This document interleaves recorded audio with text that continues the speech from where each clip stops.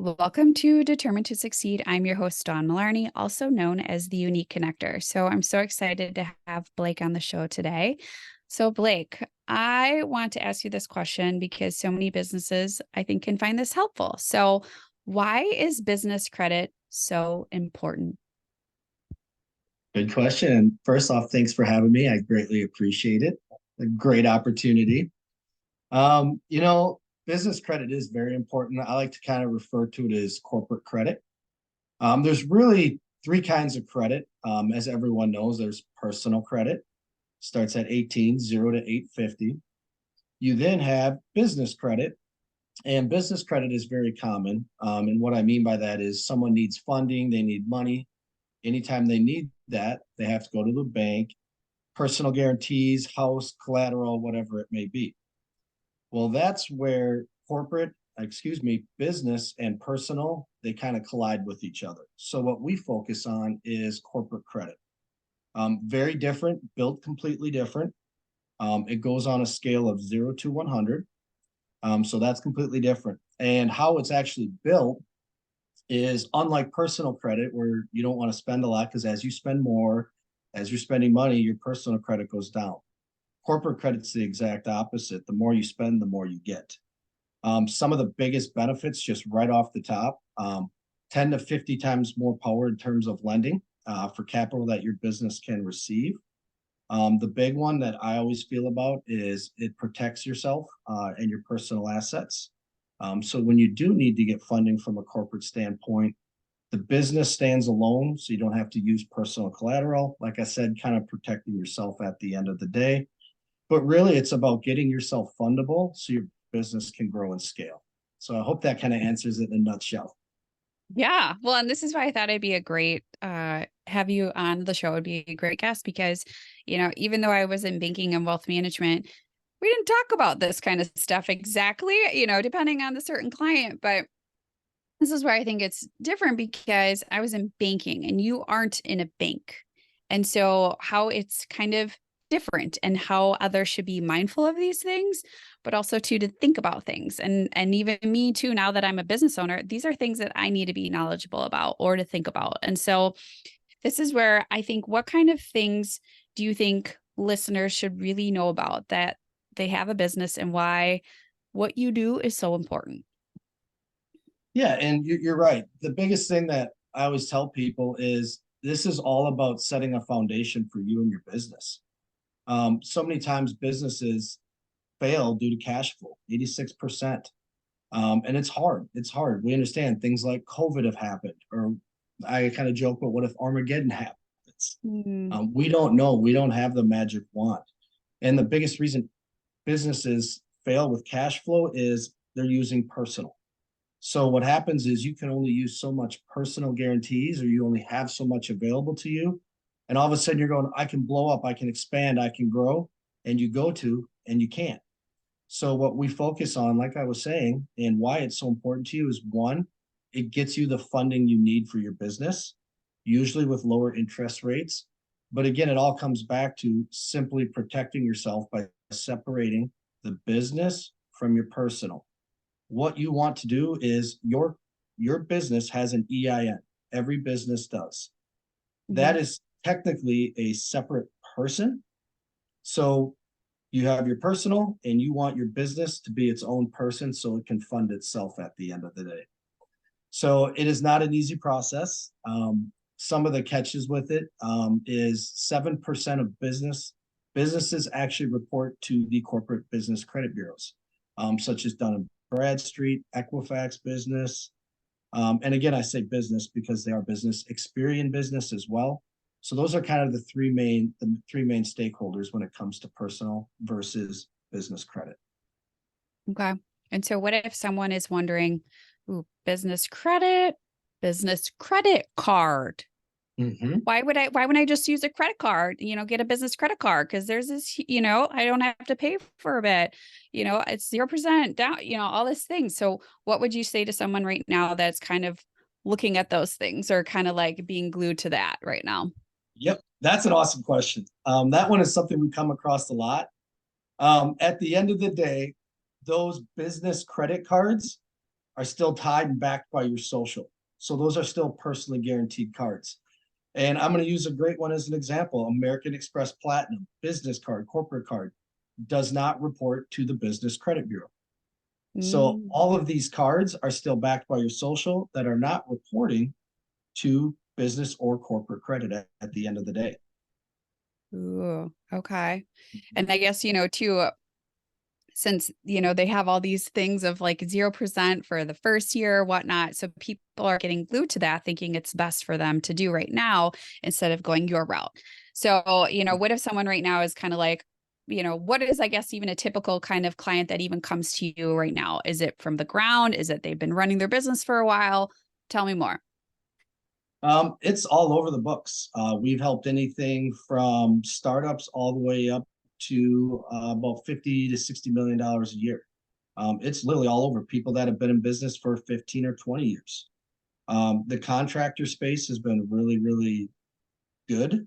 Reason being is a lot of those individuals in the construction world, they have felt the pain more than anybody. A lot of them have heard of corporate credit. They've tried to build it. They can't build it. So what we do is we reach out to them or they reach out to us, and we start them all over at step one. Mm. And we have a 7-step process. With our 7-step process, we will guarantee it that in 1 year, we will get you to an 80 plus tier 4 business credit rating, which is the same as having a 720 personal credit score. Mm-hmm. So we guarantee that we will get you to that rating or we give you your money back. That's how confident we are. We've helped over 43,000 businesses in less than 2 years. So we have a 7-step process that it definitely works. So that's what we do at the end of the day. And any businesses that are out there, if you ever need funding of any sort, that's who we help. And I'll be upfront, we are not a lender. Yeah. We're just setting you up for long-term success. Well, and that's where I'm just kind of like, it's sometimes some business owners, I just, now that I've been in this world, I'm seeing it more often or seeing different conversations that maybe I wasn't always having, I guess, in my corporate world. And so some people I think are just, when you come into this entrepreneur world, there's so many resources and there's so many things. And it's like, oh my gosh, which way is the best way to go on things? And so, even too, it is just the typical thing that some people do is go to a bank. I'm going to get a loan. I'm going to get this big loan or maybe I'm going to get an SBA loan. And all of a sudden it's switching now where maybe their loan is switching where now they're going to actually have to start paying the payments down, where they were before using kind of their credit. I don't know all the exact terms, but anyway, so you know best of that. So this is where even too, what are things that some business owners or maybe even those that are taking the leap or tiptoeing in there that they should be mindful of when they're kind of looking at this whole new world of things? So as you're going through it, typically if you don't have established corporate credit, you Yeah. will be looking down the road of personal guarantees, whether it be SBAs, whether it be, some people go as far as borrowing from 401ks or doing refinances on their house. I've even talked to a lot of businesses, actually a lot of gym owners recently in the franchise space who Mm-hmm. have already done that and they've stretched themselves as they want to grow. They're like, well, I want to add 7 more locations. I can't. So we've actually started a few of them with us building corporate credit as well. And the reason being is because we'll be able to move a lot of that money they have personally guaranteed to the business within a year to a year and a half, so they will no longer have personal guarantees. So there are also ways for people that are already having personal guarantees out there for us to come in and help and get those taken them off them and let the business actually handle that funding, protect themselves. Okay. Yeah, because I've seen it often, or just, some people that have gone through the SBA process and now things are Yes. changing. Or yes, the franchise model. So I guess, even too, like there's a lot of information. I feel like that's where, I wanted you to come on because I know you're a great resource, but also too, I think it's really cool because I've gotten to know you better. And I know you kind of switch gears into Mhm. this industry, but also too, you kind of switch gears to take action after a Mhm. conversation, even with some friends. And that's kind of the premise behind this podcast also is taking action, trying things, seeing what sticks. And so for you, I know you even kind of told me a little bit of the personal backstory because I didn't know all the backstory of this charity event that you just had. So talk to the listeners about kind of how this all came about. So one of our good friends had just gotten through cancer treatment, and we all decided, hey, let's get together.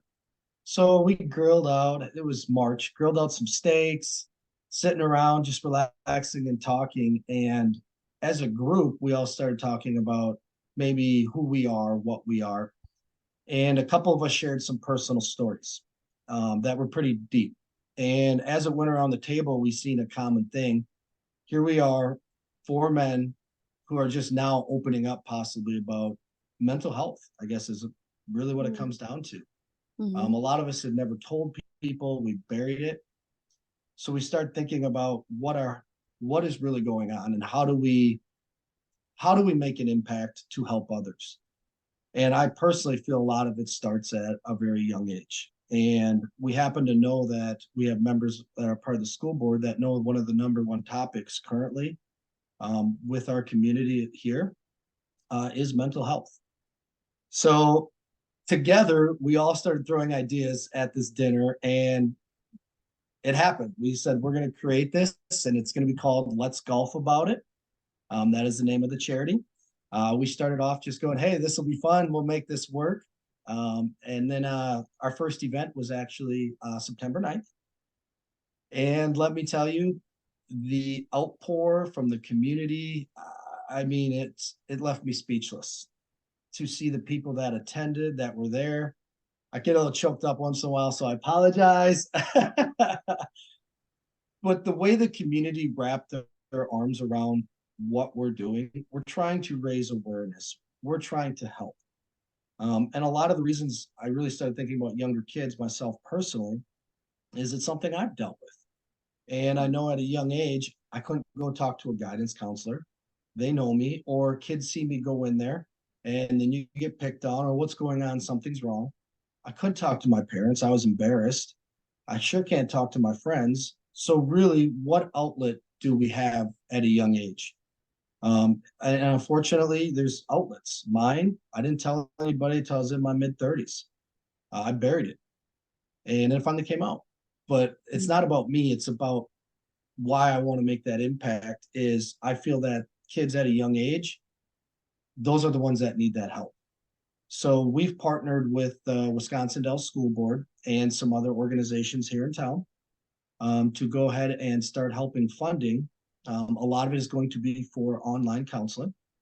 That is just the start of our big plan after year one. So year 2, 3, and 4 are going to bring many more things. But I know I got a little long-winded. It's something I'm very passionate about. And the three gentlemen that started it with me, they're amazing individuals. And we had a lot of people in the town just reach out and help us. So I mean, I'm really speechless about a lot of it at the end of the day. Mm. Well, I love that you guys could have the authentic, very vulnerable conversations and look at what came out of it. And I think that's the premise too, even behind all of these, I guess, too, is I keep learning and growing from all the different conversations and helping people, spread their uniqueness to the world. It kind of has been coming up a lot lately, I guess, in some of just even these past guests and whatnot around mental health. And I think it's an important topic. And I think especially after COVID, of a lot of people are still in isolation, or just even our children, it's a different world than it was before. And so I'm thankful for people like you that are making a change and having the hard conversations, but also doing something about it. And I'm really sad I couldn't make your event, since all of a sudden I hosted a retreat that day. So I missed it. But, You were I there in think spirit. I was there in spirit. Yes. And I think that's the thing too, of this is kind of, I think, the times when some of us are trying new things and seeing what sticks and seeing how we can make a bigger impact on people. And so really thankful for you and your group of friends, but also too the things that you're doing to help businesses, because I love just getting the different aspects and the different perspectives and the different things, because I'm still on this journey too of learning and growing. And even though I was in banking industry in the past, doesn't mean I know everything about loans and banking and all that kind of stuff, you know? I think that's the part of community that we all keep growing and learning together. So I appreciate you and I appreciate the stuff that you're doing, but also to the knowledge that you're bringing to the show and also to me too. So thank you, Blake. No, thank you for having me. Yes. Well, keep shining bright, and I'm proud of you for all the change that you're doing. So thank you again. Thank you.